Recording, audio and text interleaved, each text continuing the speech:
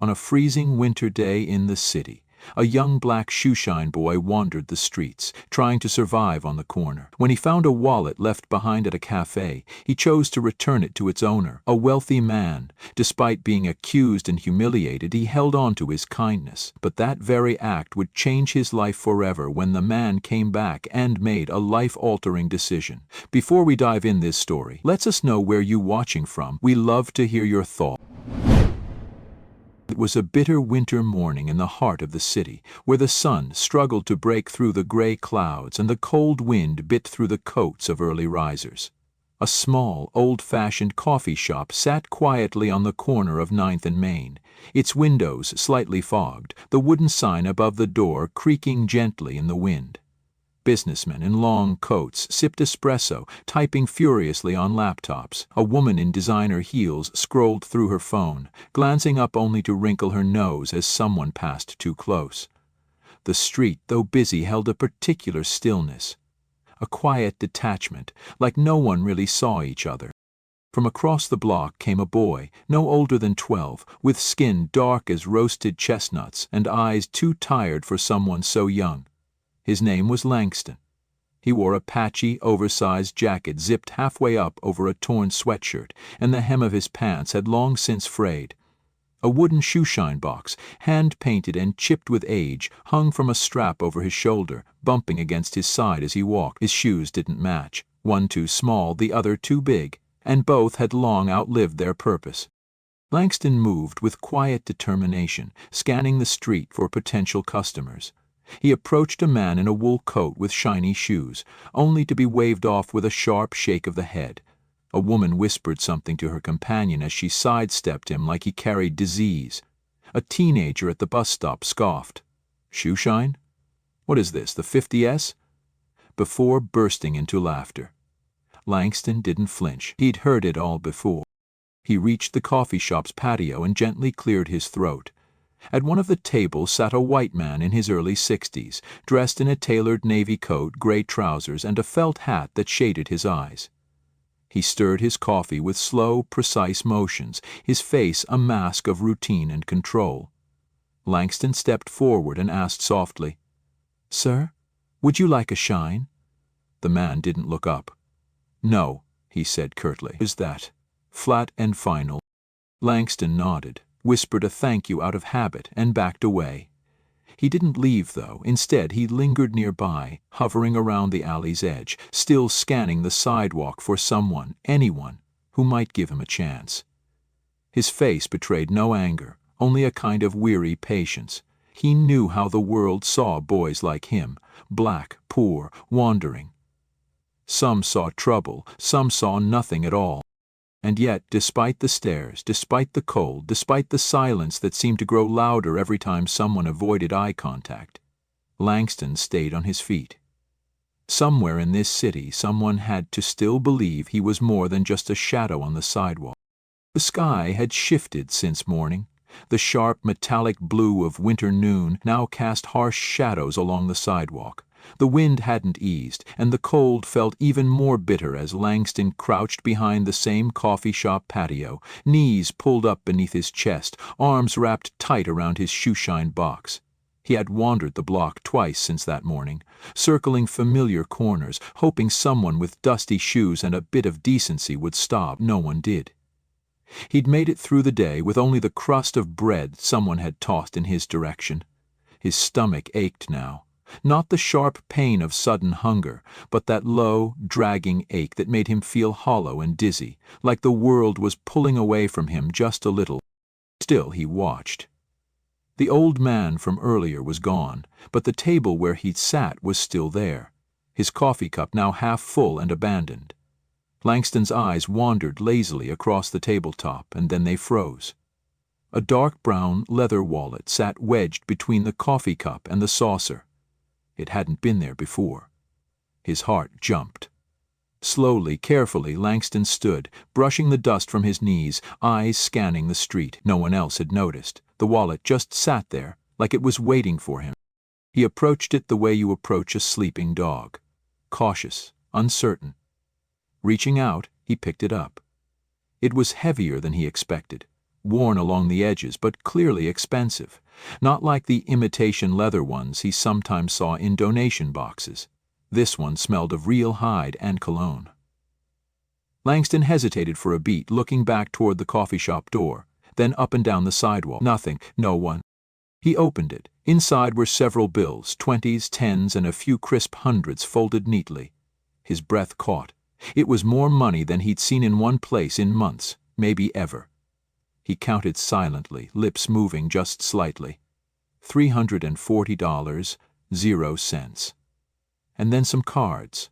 Credit cards, business cards, an ID. The name stared up at him. Thomas Whitmore. Langston squinted at the photo. It was the man, the same suit, the same stiff face, just a few years younger. He pulled out one of the cards. Whitmore Investments, an address listed in block letters. Somewhere downtown, not far. Langston looked toward the edge of the sidewalk, where the buses hissed by in clouds of exhaust. He could walk it. He sat back down at the table, wallet in hand, staring. No one would know. He could pocket the cash, toss the wallet in a trash can, disappear down the block and eat like a king for a week, maybe longer, maybe even buy a new pair of shoes, real shoes, warm ones, and a coat that wasn't 2 sizes too big and stolen from a donation bin when no one was looking. He could sleep in a room, just one night, out of the cold. But then he saw the photo tucked behind the credit cards, a woman and a little girl, maybe 5, maybe 6 years old, smiling beside Mr. Whitmore. The girl was on his shoulders, arms wrapped around his forehead. The man didn't look stern there. He looked human. Langston stared at it a long time. There was something in the man's eyes, softness, or maybe pride, something warm, something he hadn't seen in the version that sat drinking coffee that morning. He thought of his own mother. He hadn't seen her in almost 3 years. Her smile, when it did come, had looked a little like that woman's in the photo. Gentle, kind. He wondered what had happened to her now.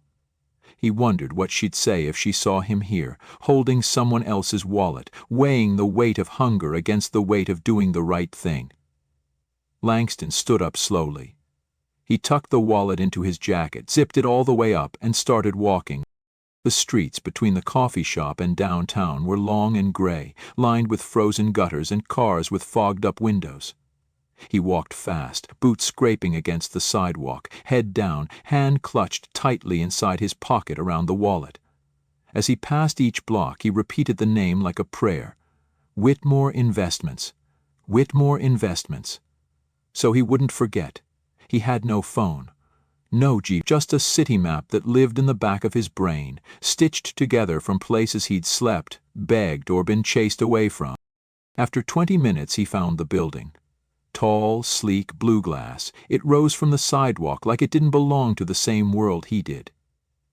Langston stopped on the curb, staring up at it. There were revolving glass doors at the entrance, and inside a pristine white marble lobby with a desk that looked like something from a movie. His palms began to sweat. He walked in slowly. The warmth of the lobby hit him like a wave. Clean air, heat, the faint smell of lavender and leather furniture. His boots squeaked on the floor. People in suits passed by, not looking down. The woman at the front desk was blonde, immaculately dressed, tapping away on a keyboard. She didn't notice him at first. Langston stepped forward, cleared his throat. "Excuse me?" he said softly. She looked up, and the second she saw him, her smile dropped. "This area is for tenants only," she said sharply. I'm not here for that, Someone dropped this. I think he works here," Langston replied, pulling the wallet halfway out of his jacket. Her eyes narrowed. She stood slowly, one hand moving toward a small black device behind the desk. "You found it? Or you took it?" she said, voice rising. "No, I swear, I found it. He left it at the coffee shop earlier. She didn't wait. "Security," she said into the intercom, pressing the button. "We've got a situation. Vagrant kid at the desk trying to run a scam. Looks like theft." Langston froze. His heart thundered in his chest. "No, I didn't steal anything. I was just trying to give it back," he shouted, louder than he meant to. People were starting to look now. 2 security guards in black uniforms emerged from the elevator bay. One pointed. "Hey, hey! Hands out of your pockets, kid!" Langston took a step back. "It's his," he said, pulling the wallet all the way out and holding it high above his head. "It's his. His name's Whitmore. Thomas Whitmore. He dropped it." The guards moved in. One reached for his arm. "Let's go. You can explain it somewhere else." Langston's throat tightened. He wanted to run. He wanted to disappear. But more than anything, he wanted someone, anyone, to just believe him. His fingers clenched around the wallet, knuckles white. "Please," he whispered, eyes darting toward the elevator. "Just ask him, please." And just then, before the guards could grab him, the elevator dinged. The doors slid open, and the man from the coffee shop, the man in the navy coat, stepped out, looking frantic, glancing left and right as if searching for something he'd lost, or someone. The lobby was far too quiet for mid-afternoon. Normally there'd be the sound of dress shoes on marble, the murmur of elevator chimes, the soft ringing of desk phones, but in this moment only tension hung in the air. Langston stood still, trapped between 2 towering security guards, his wrist gripped tightly, his voice hoarse from trying to explain. The receptionist stood behind the sleek white counter with arms crossed, gaze fixed on him like he was a problem she was forced to clean up. Just then, the elevator dinged behind them. The brushed steel doors slid open, and Thomas Whitmore stepped out, breath uneven, eyes sweeping the room as if on instinct. He scanned the space, past the plants, past the receptionist, until his eyes landed on the boy struggling in the hands of security. "You," he said, voice cracking from urgency. "Wait, what's going on here?" The guards turned slightly, still holding Langston. One of them replied, "We caught this kid trying to walk in with a stolen wallet. Reception said—" Whitmore was already walking toward them, fast. "Stolen?" His eyes narrowed. "What wallet?" Langston twisted enough to lift the object in question, his small hand still clutching the brown leather tightly. "Yours," he said softly, eyes locking with Whitmore's. "You left it at the coffee shop this morning." Whitmore stopped in his tracks, brow furrowed. He held out his hand. "Let me see it." Langston hesitated for half a second, then extended the wallet forward. One of the guards released his grip just enough for him to reach. Whitmore took it, flipped it open quickly, checking through its contents with familiar precision. Bills, intact, cards, present, and finally, behind the last flap, the photo. The one with his late daughter on his shoulders, her arms looped around his neck. The woman beside him smiling into the past. Nothing missing, nothing touched. He looked up at the guards, then to the woman at the desk. He didn't steal anything, he was returning it. "But sir," the receptionist started, Hemp brought it back. That's all you need to know." His voice was firm now, cold with disappointment. Then to the guards, "Let him go." The second guard stepped back. The first hesitated, then released Langston's arm slowly. The boy rubbed at the sore spot but said nothing. Whitmore studied him for a moment, this small, scrappy kid with his crooked shoes, dusty box, and eyes too old for his face. "Why'd you come all this way?" he asked. Langston didn't answer right away. He looked down at his feet, then back up, gaze flicking briefly to the photo now in Whitmore's hands. "I saw them," he said, voice quiet but steady. "The 2 people in that picture, they looked real happy. They looked like they were good." Whitmore blinked. For a moment he said nothing, unsure what emotion was trying to rise inside him. But before he could ask more, Langston shifted his box on his shoulder, gave a slight nod, and turned to walk away. "Hey, wait!" Whitmore called, but Langston didn't stop. His pace was slow, like someone used to not being chased. He passed the receptionist without a glance. Her expression had changed, not into regret, but something closer to discomfort, like being reminded she'd misjudged someone and couldn't pretend otherwise. Langston pushed open the glass doors and stepped back out into the cold. The wind hit him, sharp and real. But it didn't sting as much as it had earlier. Behind him, Whitmore stood in the middle of the lobby, wallet in hand. watching as the boy disappeared into the street, wondering how someone with so little still chose to do the right thing, and wondering how many people in that building, himself included, would have done the same. The city street swallowed Langston whole the moment the glass doors clicked shut behind him. He didn't look back. The cold wrapped around his face like it always did, familiar, indifferent, biting. But he welcomed it this time. It felt honest, more honest than the looks he'd gotten in that building, more honest than the smooth voices pretending to care while pressing silent panic buttons. He pulled the collar of his coat up against his chin and walked. He didn't know where he was going. He just wanted to put distance between him and those gleaming marble floors, that woman's tight-lipped scorn, and the brief moment he'd almost believed someone might see him for who he really was. Inside the lobby, Thomas Whitmore stood staring at the revolving door long after the boy had disappeared through it. The wallet still rested in his hand, open now, the photo of his daughter between his fingers. She had her mother's eyes, and every time he saw this picture it hit him the same way, like a wave you don't see until it's crashing over you. He blinked slowly and slipped the photo back into its slot, then tucked the wallet into his coat and turned to the receptionist, who had conveniently found something deeply interesting on her computer screen. "Mr. Reynolds," he said, voice controlled, low. "A child walks into this building and your first instinct is to treat him like a criminal?" She looked up sharply, surprised he hadn't already returned to his office. "Sir, I was protecting the lobby. Protocol says—" "Protocol doesn't say you get to humiliate someone based on how they look," he cut in. "You saw a black boy in ragged clothes holding something expensive and made a decision, without asking a question, without even looking at it." Her mouth tightened. "You don't know how often these types of scams happen. He could have had a partner waiting outside. He could. Whitmore stepped closer. "Absolutely not." "Well, he didn't. He came to return something. That photo, it's the only thing I have left of my daughter, and if he had decided to sell this wallet for cash, God knows he probably needed it, I would have never seen it again. But he didn't. He brought it here, through cold and humiliation and being manhandled by security. He still brought it." She said nothing, eyes lowered. He let the silence sit.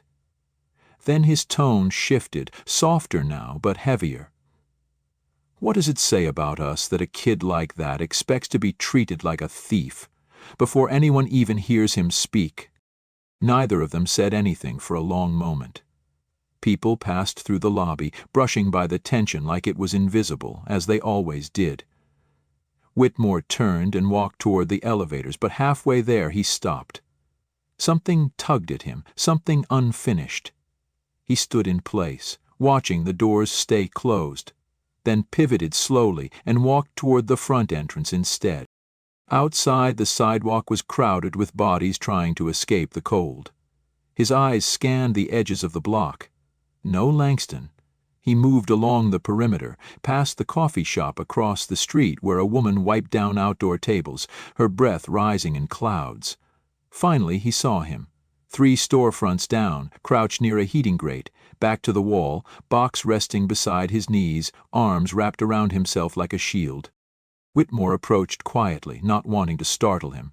When he stopped a few feet away, Langston lifted his head slightly, but didn't speak. "Hey," Whitmore said gently. "Mind if I sit?" Langston shrugged without looking up. Whitmore took that as permission. The man sat beside the boy on the cold concrete. He glanced down at the battered shoeshine box. "You been doing this long?" Langston finally spoke, voice flat. "Long enough." Whitmore nodded. "You know, I used to sell newspapers when I was about your age. Not quite the same, but I know what it's like to be invisible." Langston's brow tightened, skeptical. "You? Invisible?" "Yeah," Whitmore said, a slight chuckle escaping. "Before the suits, before the building. There was a time people crossed the street just to avoid me." Langston looked at him then, really looked. "You don't seem like someone who got avoided." "Not anymore," Whitmore said. "But once upon a time I was just a kid trying to keep warm like you are now." Langston looked away again. "I don't need anything. I didn't come to your building for money." "I know," Whitmore said softly.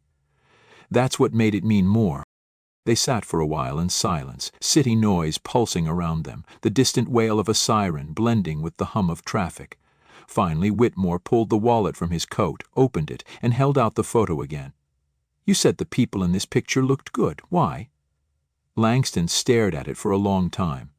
The little girl's grin, the woman's gentle hand on the man's arm.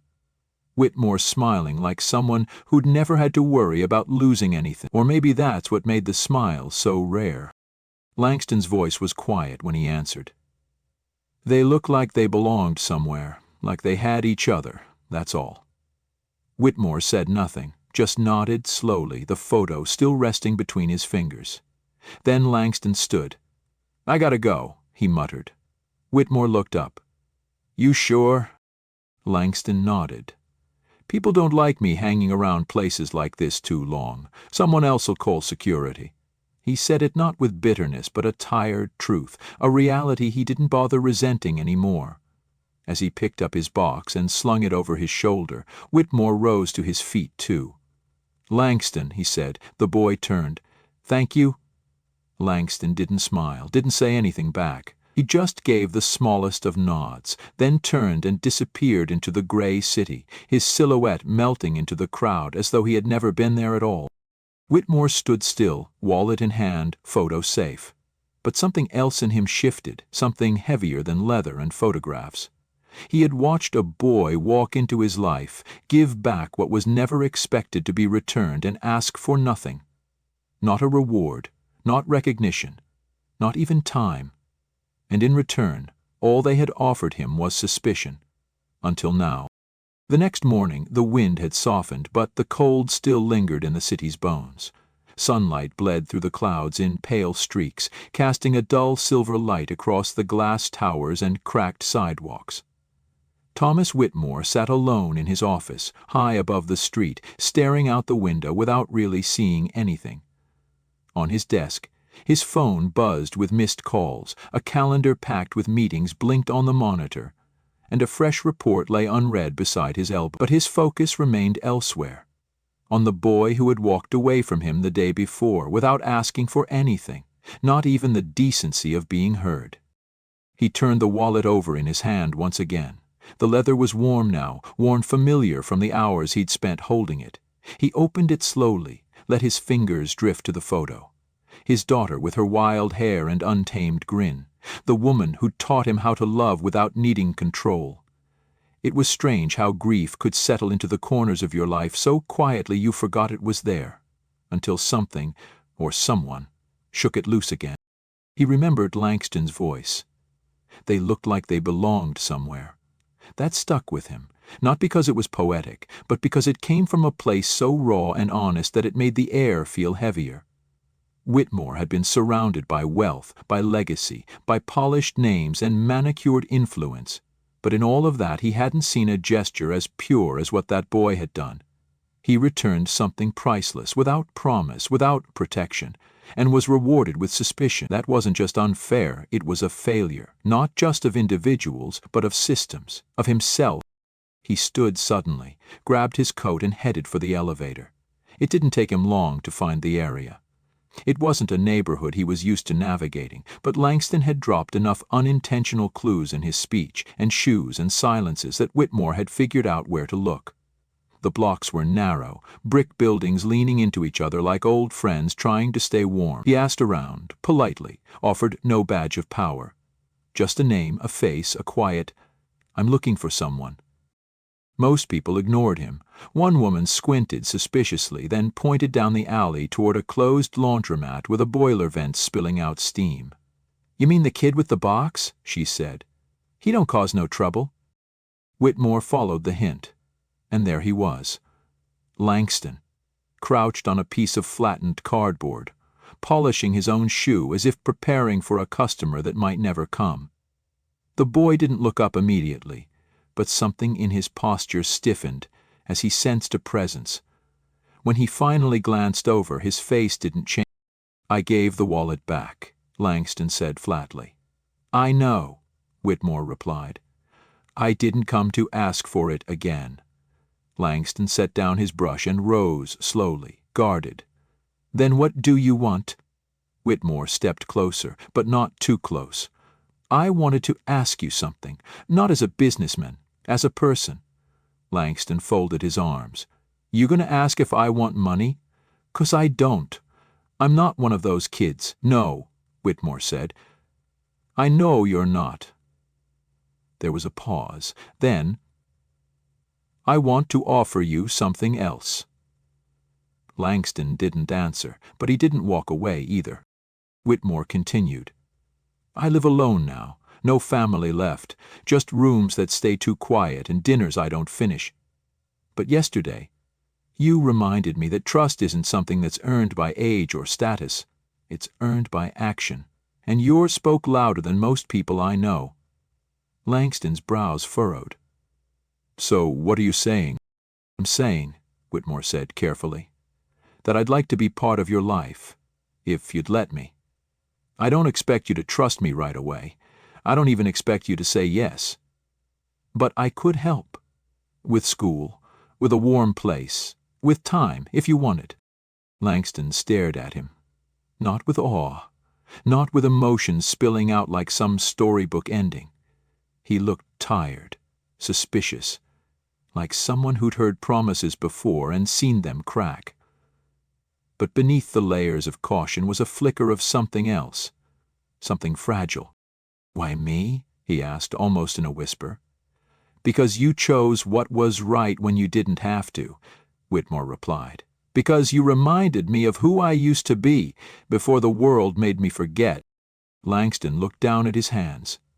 He turned them palm up, stared at the dirt in the creases, the calluses, the worn skin. Then he looked back at the man in front of him, this stranger in a tailored coat, and for the first time in a long time allowed himself to imagine the possibility of somewhere else, somewhere safe. "I don't want pity," Langston said. "You won't get it," Whitmore replied. There was another pause. Then Langston took a step forward. Just one. It wasn't a decision, it wasn't trust, but it was a start. Later that evening, as the city began to fold itself into the quiet of dusk, Langston stood in Whitmore's office, looking out the massive windows. The skyline stretched endlessly, golden with the last light of day. He held a mug of hot cocoa in his hands, steam curling upward like a signal he couldn't read. The coat he wore was new, simple, thick, warm, but it still hadn't sunk in that it belonged to him. Whitmore sat nearby, watching him without pressure, without expectation, just presence. "You know," the man said softly, "it's not about saving someone. It's about showing up when no one else does." Langston didn't answer. He didn't need to. His silence was no longer a wall. It was a space where trust might take root, if given time. Outside, the wind continued to whisper through the alleys, brushing past empty benches and boarded-up shops. But inside that room, something had shifted. Not loudly, not all at once, but enough. The door had opened, and this time, someone was finally holding it open for him. Join us to share meaningful stories by hitting the like and subscribe buttons. Don't forget to turn on the notification bell to start your day with profound lessons and heartfelt empathy.